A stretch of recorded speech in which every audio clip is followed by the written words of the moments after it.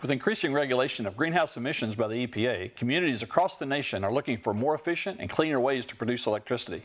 And while some of these renewable energy sources were once cost prohibitive, it's safe to say that dreams of clean energy are finally coming true in Missouri. Next on Show Me Ag.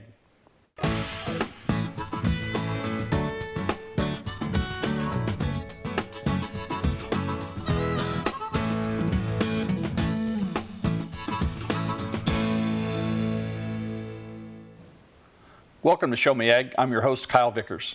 Thanks for joining us. Recently announced plans to reduce the use of coal-powered electrical power has some folks worried about meeting Missouri's energy needs. But we found some renewable sources currently working well in the state. Wind and solar installations are becoming more efficient and economical than ever. Our guest today is Mark Walter of Renew Missouri. His organization was founded in 2006 to advance energy efficiency and renewable energy policy in Missouri. Mark, thank you for coming. Tell us a little bit about your organization and how it works. Yeah, thanks for having me, Kyle. Like I said, I'm Mark Walter. I'm the Deputy Director of Renew Missouri.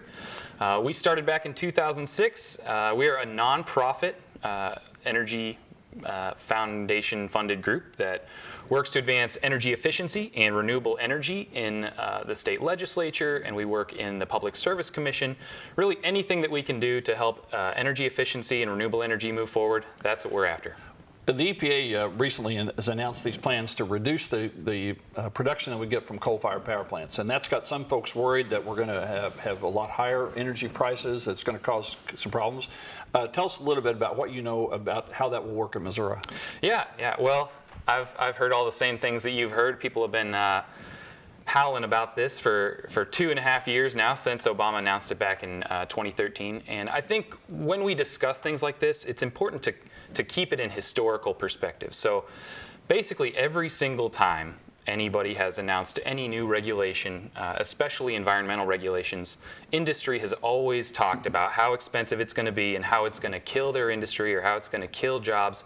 And historically, that has never been the case. 1970 is a perfect example when the Clean Air Act and the Clean Water Act were passed in the Reagan administration. In, I believe it was 2006, the EPA administrator under the Bush administration said that after those two landmark environmental laws were passed, that the economy has actually grown 195%. So to say that environmental regulations are going to be harmful to the economy is simply not true. There's no correlation between regulation. We don't have to make the trade-off between a healthy economy and a healthy environment. The healthy environment is the key. What's this change going to mean for our environment? If we are able to reduce the use of coal, what's that going to mean? Well, it's going to mean a lot of things. Burning coal is probably the dirtiest thing you can possibly do to generate energy. And when you don't burn coal, you limit a number of pollutants that are in the air. For example, carbon dioxide. Of course, that's what the new clean power plant is limiting. There's also sulfur dioxide, which is a very toxic chemical that comes about from burning coal. When it oxidizes, it turns into sulfur dioxide, and then that's what causes asthma. That's what causes an awful lot of sicknesses in people. So anytime we can move away from the dirtier energy to a cleaner energy, especially when it's economic like what we're seeing today, we should do it. It just makes sense. Is this part of global warming issues? I mean, we talk about this all the time. I think we know it's related. Can you explain a little bit better? Yeah, absolutely. So one of the single greatest causes to global warming is carbon dioxide emissions from coal plants specifically. So there's a number of other sectors that are adding carbon dioxide to the atmosphere, but yeah, we need to just find a way to move away from coal. That is the biggest driver in the United States, under my understanding right now, of global warming. So. Our alternatives are somewhat limited to some fossil fuels. Natural gas is an alternative, but also there's some what we call renewable that are much cleaner. Can you talk a little bit about that? Yeah, absolutely. So under the Clean Power Plan, the EPA has given these building blocks, and they've said, you're going to have to stop me if I get a little too wonky. This conversation can get very complicated very quickly. But the EPA has essentially said there are several ways that you can meet this carbon reduction goal. We're not going to tell you as a state how to meet them, but one of those ways is by improving the efficiency of coal plants. So you can keep the coal plant going, you just have to make it cleaner, and you have to, they call it heat rate improvement. So you have to improve the heat rate of the coal plant. You can also use natural gas, that's another way to do it. And renewable energy is another great way to do it, another suggestion from the EPA, whether that's wind or solar or biomass or geothermal or any of a number of technologies that are on the scene today. And then energy efficiency, which is by far the cheapest thing that one can do, is probably the preferred way.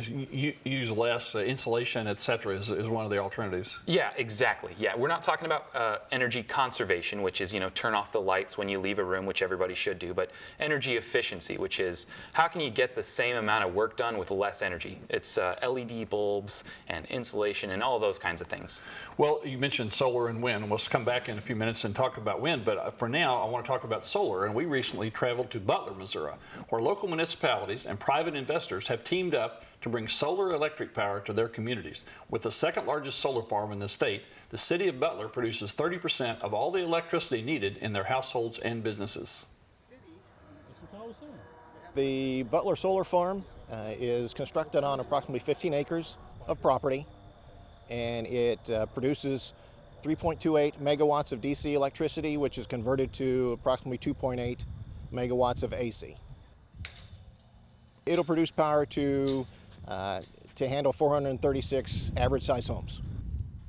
Back in 2012, we started communication with the City of Butler and the Missouri Public Energy Pool, which is MOPEP, and through coordination with them, we were able to build this as well as looking forward to building others. Right now we've got Butler, Missouri, which we're at right now. We have them in Macon, Missouri. We are just finishing up the Trenton, Missouri solar farm, and we're getting ready to start Marshall, Missouri. The scientific calculations for sun in the state of Missouri for the Kansas City area is 4.3 hours of sun a day. Now, obviously, that's not as much as Phoenix, Arizona, or in the desert or California, but those areas have a higher demand for energy. And because of that, they are finding ways to introduce solar and wind to offset some of that energy demand that they're needing. As the solar cost continues to decrease, it is going to become more competitive.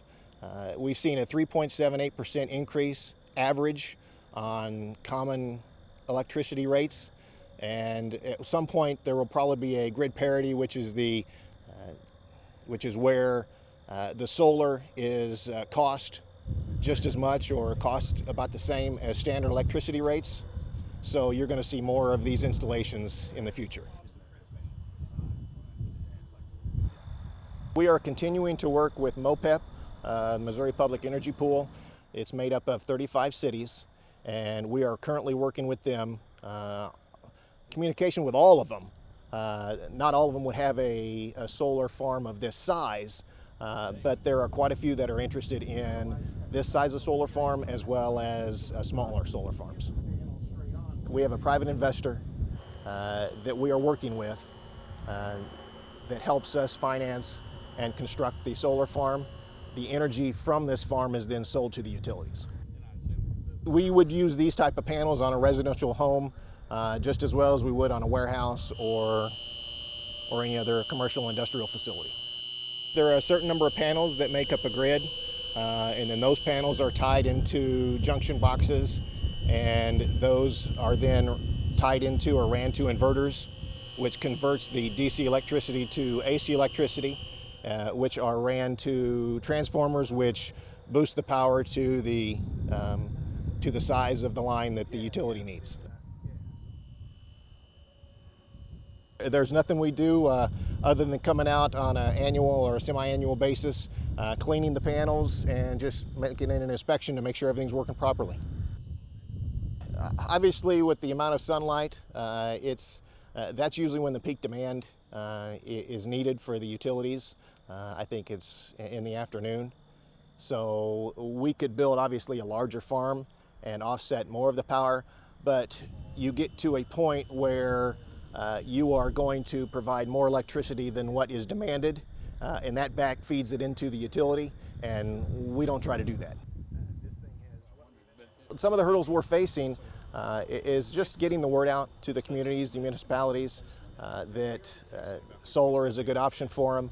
I think the old answer used to be solar's too expensive, and now with technology and the panels becoming more efficient, and with the utility rates increasing on an annual basis, more people are seeing that solar, because it's something, it's an energy production that you can count on. Sun's going to rise every day, sun's going to go down every day. So in that time period, you can produce as much energy as the Butler solar farm and multiply that across the state to counter the needs.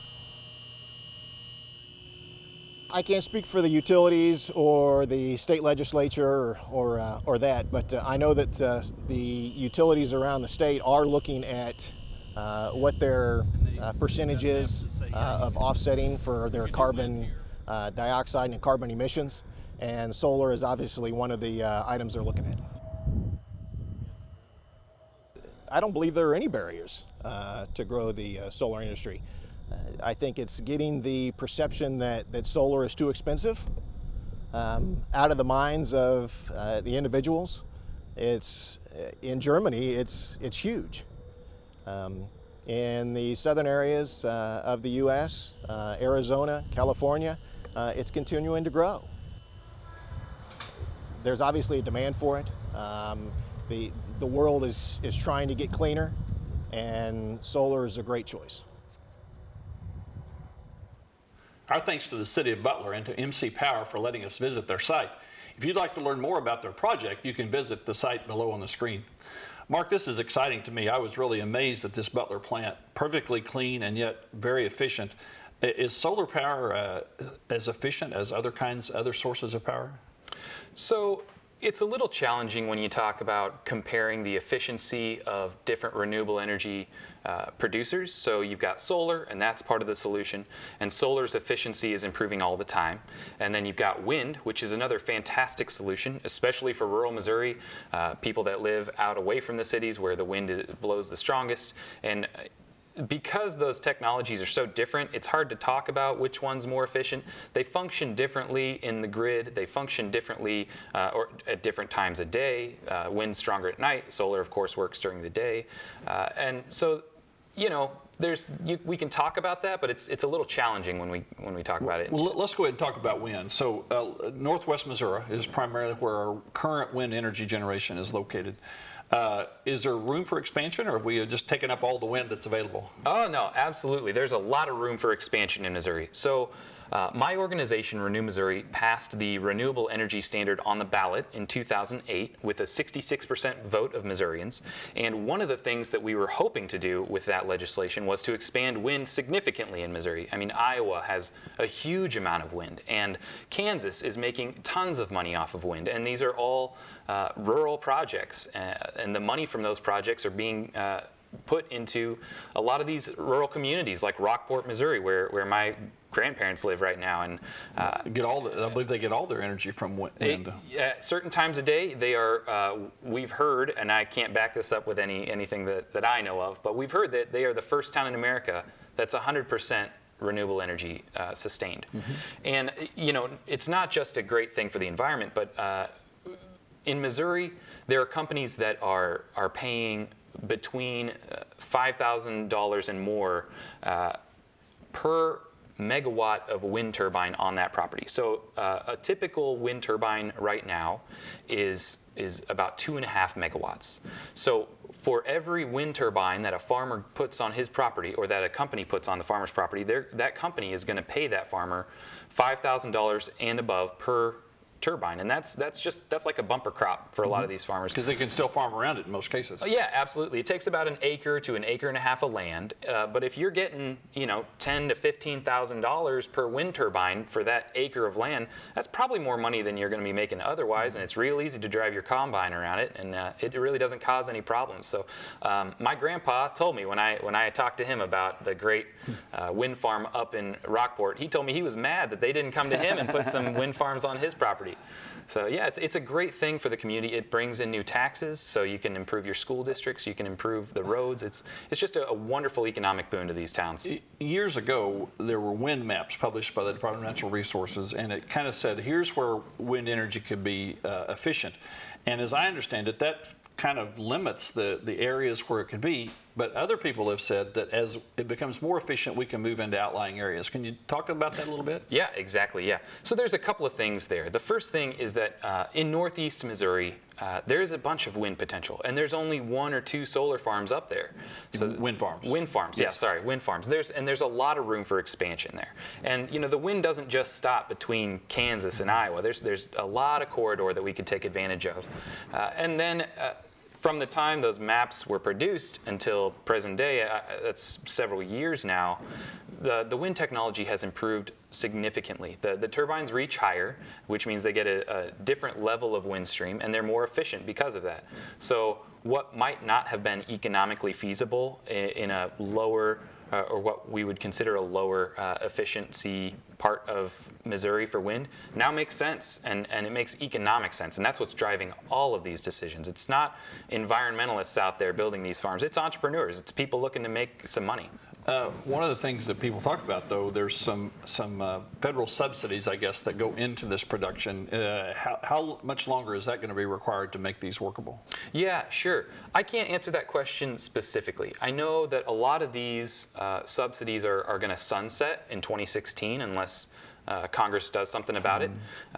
Wind, from what I understand, can get pretty close to standing 100% on its own and being cost competitive with every fossil fuel source that we know of. So wind is not an issue anymore. Of course, these are jump starter policies that were used to get these industries off the ground and seed money to get them started. Yeah, exactly. Yeah, and then once these technologies have gotten to scale, they don't require as much subsidy or any subsidy in a lot of cases any longer. And nobody expects an industry to run off of subsidies. It just doesn't make sense. But we're getting to the point, and it's been a pretty short number of years here, but we're getting to the point that they don't need them any longer, and those costs are going to continue to drop regardless of those subsidies being there.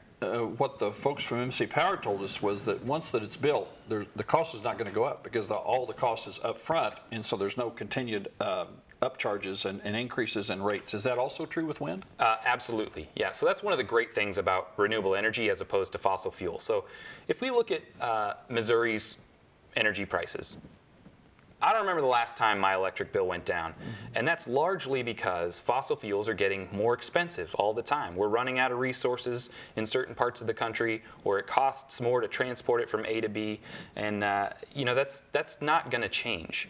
Most of the rising of electric rates in Missouri is because of the rising cost of coal. Now, renewable sources work differently. Typically what you'll do is a customer or a utility or a city will enter into a long-term power purchase agreement contract. Basically, they're going to buy solar power or wind power that comes out of this facility for 20, 25, sometimes 30 years. And they know, because it's written into the contract, exactly how much money that energy is going to cost in 20 or 25 years. That's really helpful when you're trying to plan or when you're trying to give people assurance that their bills aren't going to go up. I mean, for example, there are a number of companies, Google, Facebook, eBay, IKEA, that have said, we would prefer to be able to work in states that have the ability for us to buy energy, renewable energy, on our own and have our own contracts. That's because businesses see that if you can plan 20 years ahead for your overhead costs and not be at the whim of a company that's going to tell you how much your product is going to cost, it's a lot easier to grow your business and hire more people. And that's the same for small businesses too. So it's fixed cost over a long period of time. So exactly. Yeah, don't get the energy shocks. Okay, sun shines during the day, most days. Wind often is the most effective at night. Tell us how this is going to work, trying to blend the three sources of power. Yeah, sure. Well, I don't operate a grid, but I've talked to some people that do. And so that's what power companies do. They manage They balance load, and they make sure that there's always enough energy for wherever it needs to be. So a great example of this is like, if you were to look at how much power gets used during a Super Bowl, just during that 3 or 4 hours, that power goes up during the game. People are popping popcorn, they're using their ovens, and then there's a commercial break, and everybody. Got a big color TV on in every room. Yeah, exactly. So there's a huge shift in power just during that 3 or 4 hour window. Now, power companies know how to balance that. They know how to bring energy where it needs to be, and then move it somewhere else when the demand goes down, and so. We're entering a new world where the companies that know how to do this already are going to have to learn how to do it just a little better as they balance the shifting supply of power as well. But it's not something that we are ill prepared to do. We know how to do it already.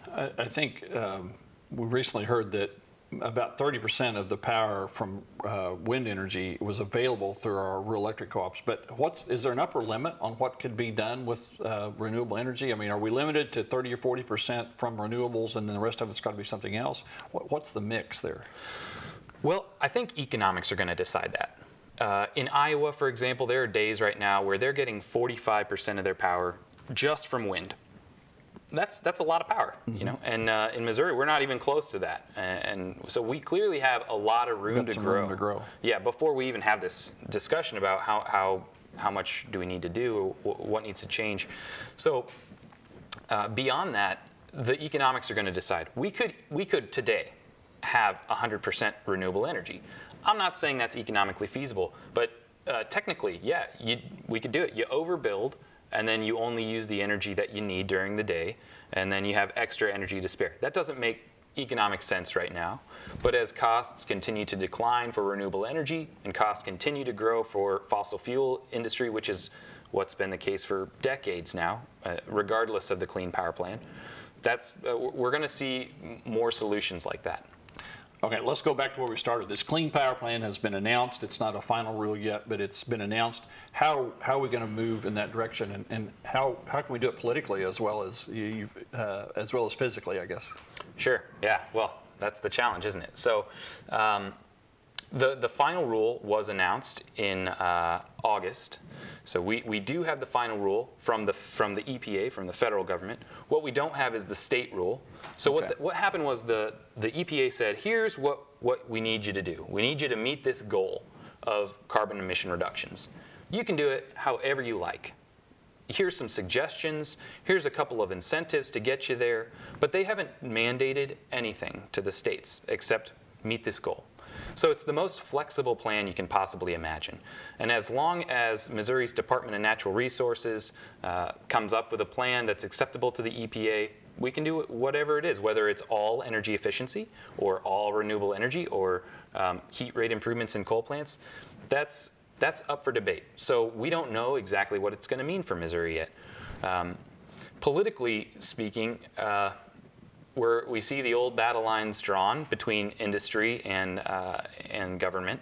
So not sure how that's all going to shake out yet. Of course, my group, Renew Missouri, is on the side of advancing renewable energy and energy efficiency, just because for Missouri ratepayers and Missouri businesses, it's going to be it is the most cost-effective thing we can do, especially as we look down the road. We've got a plan for increased emissions. Everybody's interested in employment figures and economy and so on. Will making this transition hurt our economy or help our economy? I firmly believe that this transition is going to help our economy. I mean, if we want to talk about how hard it is for people to pay more on electric bills, then we need to have that conversation about how much more fossil fuels cost every year. I mean, the utilities in Missouri have been raising their rates precipitously for years now, and that is not because of the cost of renewable energy, and it's not because of the Clean Power Plan, which wasn't announced until just recently. It's because fossil fuels are costing more. So if we want to look down the road, the cheapest thing you can do, even now, is energy efficiency. Change your light bulbs, get more insulation, get building codes so that new buildings are energy efficient and not wasting energy. And there's a lot of low-hanging fruit in Missouri to do that, and that's going to be a huge part of the solution for the Clean Power Plan, and that is what is going to make sure that Missourians save money as a result of this plan. And that's just one part of the solution. So beyond that, it's how much wind can we put in and get these farmers to get more subsidies or lease payments on their property. And there's a lot of solutions, and it's going to be really healthy. This is going to play out pretty fast over the next couple of years. Is that the time frame that we're on? Yeah, I've heard from DNR, the Department of Natural Resources, that it's going to take them a couple of years to put this plan together. And that's because they're going around the state and they're holding stakeholder meetings, or they will. They've already held one, but they're going to hold more stakeholder meetings.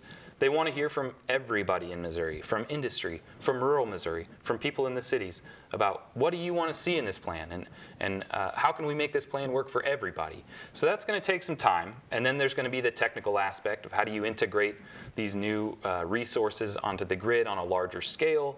How do we balance that with the investments that companies have already made? But the fact that everybody in Missouri is invited to the table and expected to come and tell DNR what they want, and DNR does a pretty good job of listening, despite what some of their detractors may say. So democracy at work. Exactly, yeah. Mark, thanks. I'm afraid that's all the time we have for tonight. But I'd like to thank Mark Walter of Renew Missouri and to Mark Krawczyk of MC Power for taking time to visit with us as well. And we'd also like to thank you, our viewers, for tuning in to Show Me Ag.